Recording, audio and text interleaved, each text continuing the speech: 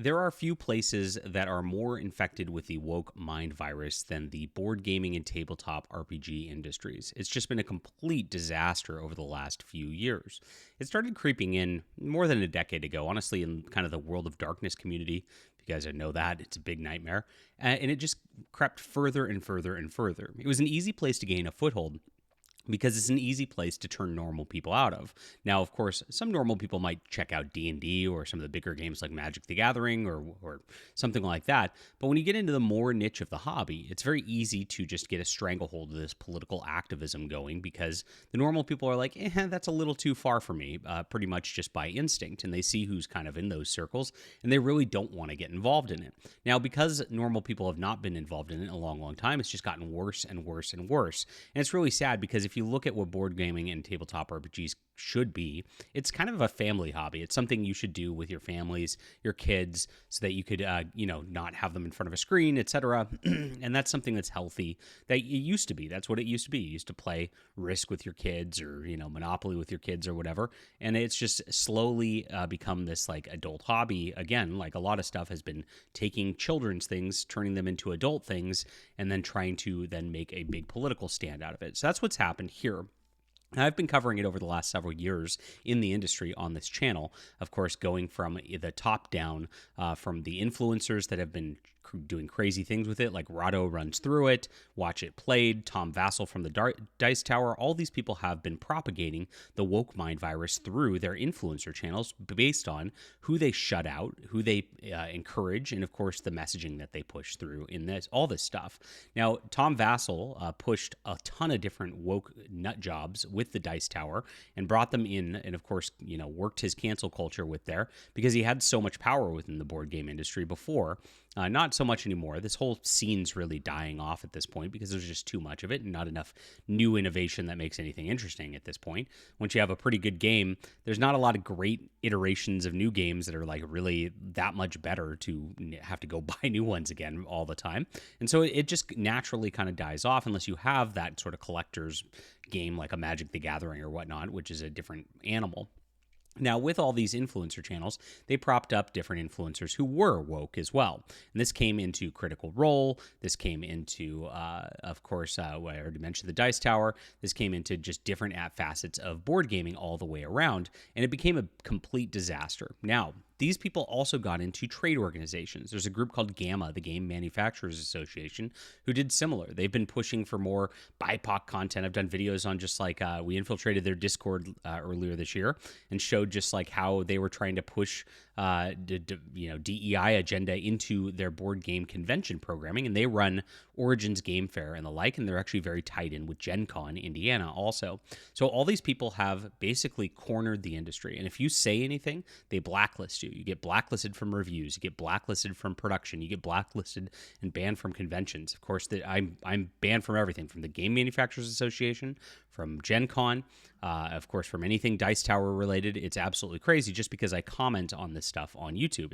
It's nuts, right? I'm just a normal person who would like to bring back some normalcy into board gaming. But it gets even worse. Now, when I've actually looked at this, and this is the title of this video, PAXU, and PAX is a giant convention, and the U is unplugged, which is actually dedicated towards board gaming and tabletop RPGs because it's not online. They actually had a panel that was an anti-white gaming panel. It's crazy, it's racist, it's hateful towards white people, and they of course talk about this under the guise of it's diversity and inclusion, like they always do. So I'm going to show you exactly what happened. It's really, really insane how far they're going and how these conventions are actually pushing this stuff. In just a moment, please hit the like and subscribe button and join us as we talk about all things in the culture here. I'm a big into gaming and the like myself. Actually started doing some different lore for different games and tabletop RPGs before I went into books and comics, which I make today.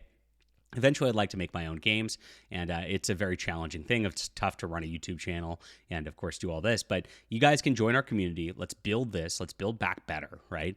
I've got a newsletter, I've got a Discord, and a wonderful community that really cares about the arts and actually changing it and getting rid of the woke mind virus out of all this stuff. So I hope you'll join us. It's all in the description below. You can check things out and support us that way, and I appreciate you guys for being here. That's a big way to do things, is join the community. Let's build this bigger, and it's getting there. So we are really making waves, and of course, calling this stuff out because nobody else will do it. And I appreciate you guys being here. So let's get into what's happening today. This came up from Tanya D., writer and narrative designer. Now, this lady has worked on a few different projects. They're minor, small projects, and she's got just her own sort of Twitch partner, of course, sponsored by Logitech. You see, they get propped up, right? And this is it. They, Tanya D, and she was posting her panel on how to avoid having a non-melanated gaming table. Now, this is a writer, first off. Now, how to avoid, that's a double negative, so it's really, really tough. But what it means is, how do you get a gaming table without white people at it? Because non-melanated is code for white people, right?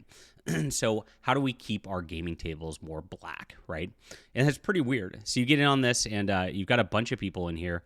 This DM Jazzy Hands is a big influencer in the spaces right here. Omega Jones, he's actually does music and the like for Critical Role and has done a ton of woke activism in the past.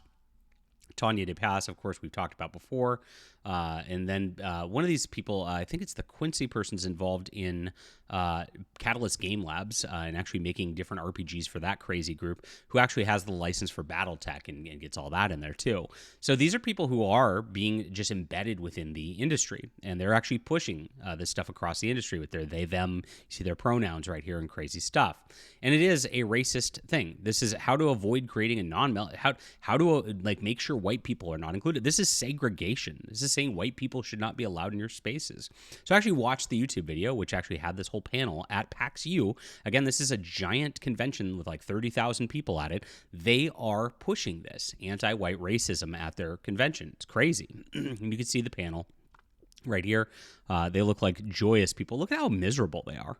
And this is what the SJWs are. They're so focused on their identity, so focused on their own internal racism and the like, that they throw fits and they're just angry all the time. They just can't have fun at all. It's like, it's like I'm doing the opposite over here. I'm just like, I'm building my Legos and